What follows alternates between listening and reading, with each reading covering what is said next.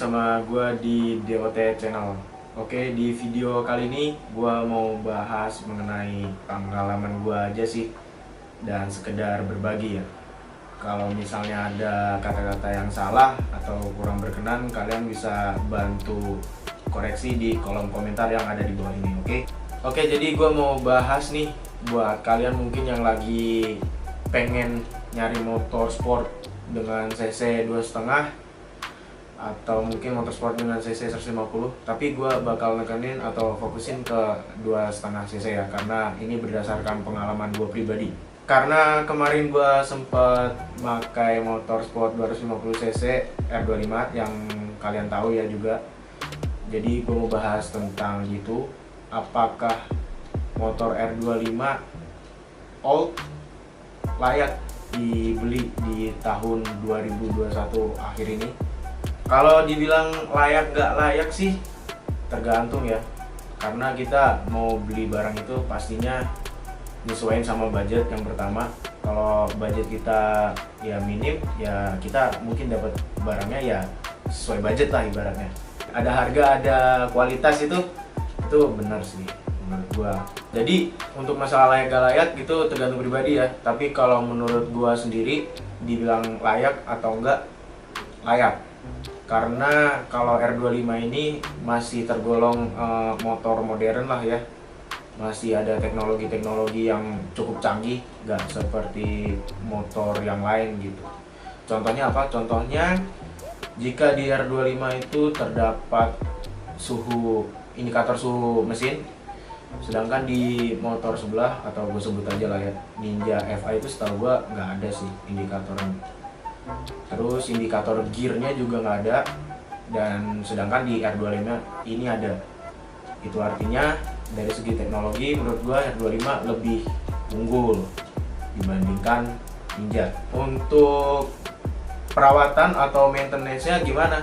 Untuk maintenance-nya R25 ini tergolong murah ya di kelasnya, bahkan setahu gua itu termurah di kelas Sport 250 cc. Kalau nyari spare partnya gampang atau enggak, menurut gua sama aja, karena dua motor ini kan idaman pada masanya, bahkan hingga sekarang masih digemari banyak orang gitu. Apalagi bagi kalian yang tentunya ingin mencari motor sport kondisi second atau bekas. Itu dari sisi positifnya ya, jika kalian mau angkut R25.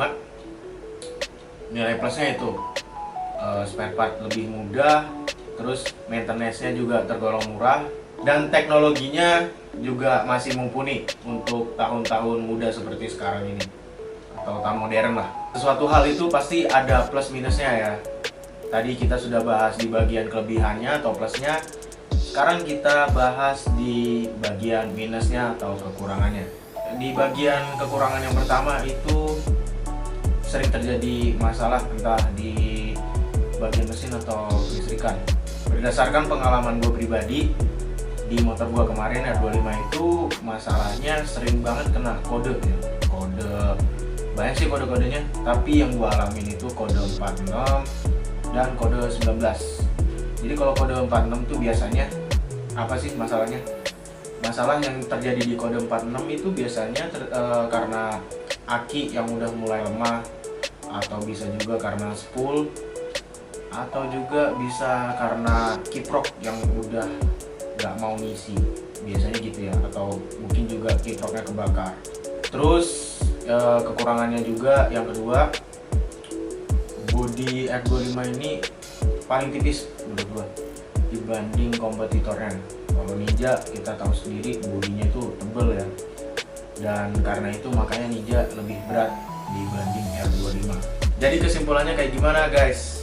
Kesimpulannya menurut gua, jika kalian ingin mengangkut atau mengambil motor R25 bekas, sangat worth it ya, karena kita lihat R25 itu tampilannya cukup sangar, dan seperti tadi yang udah gue jelasin, kalau R25 teknologinya mumpuni, maintenance-nya juga nggak mahal, dan kalau dibawa jalan tuh cukup modis lah ya, nggak malu-malu banget, karena tampilannya masih modern gitu, walaupun tergolong agak tua ya, karena dia tahun 2014 generasi pertama. Oke guys, terima kasih yang udah nonton video ini dan udah nyimak video ini sampai akhir.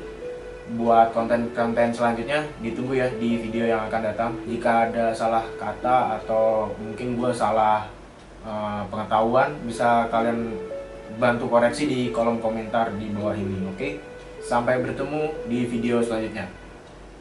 Bye.